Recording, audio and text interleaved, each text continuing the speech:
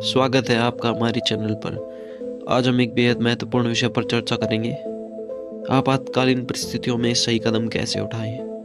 जीवन में कभी कभी ऐसे हालात भी आ सकते हैं जब हमारी प्रतिक्रिया जीवन और मृत्यु के बीच का अंतर बना सकती है। तो चलिए जानते हैं 5 आम आपातकालीन परिस्थितियों और उनसे निपटने के सही तरीके के बारे में। पहली स्थिति, आंखों में फेविक्विक आ जाना। फेविक्विक, जिसे हम सुपर ग्लू के नाम से जानते हैं, यह अत्यंत तेज चिपकने वाला एक पदार्थ है।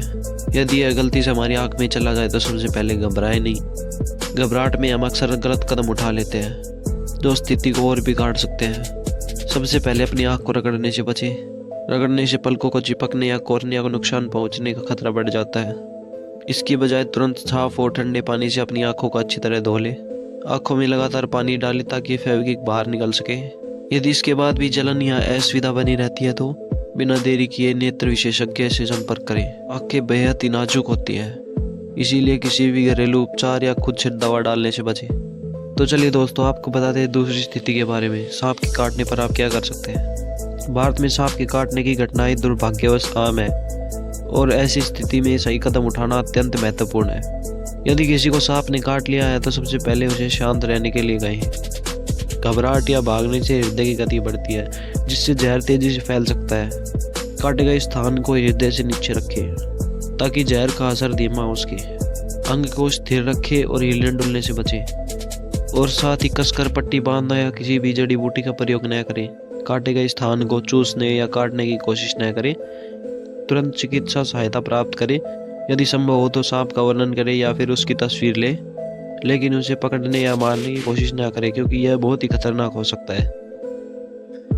तीसरी स्थिति, जलने पर प्राथमिक उपचार। घर में या कार्यस्थल पर जलने की घटनाएं कभी भी हो सकती है। यदि आप या कोई और जला है तो सबसे पहले जले हुए स्थान को ठंडे पानी के नीचे कम से कम 10 से 15 मिनट तक रखें।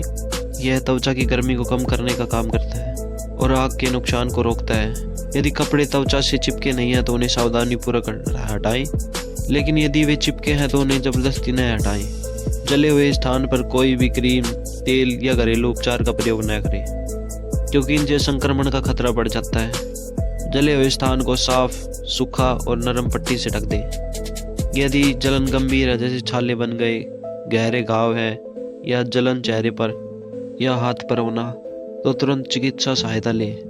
दोस्तों, बिजली का झटका लगना एक गंभीर और आपातकालीन स्थिति है जो जीवन के लिए खतरा बन सकती है।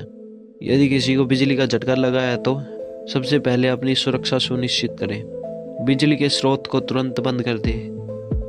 यदि संभव हो तो सूखी लकड़ी, प्लास्टिक जैसे उपकरणों का यूज करें क्योंकि ये गैर चालक होते हैं और आपको करंट से बचा सकते हैं।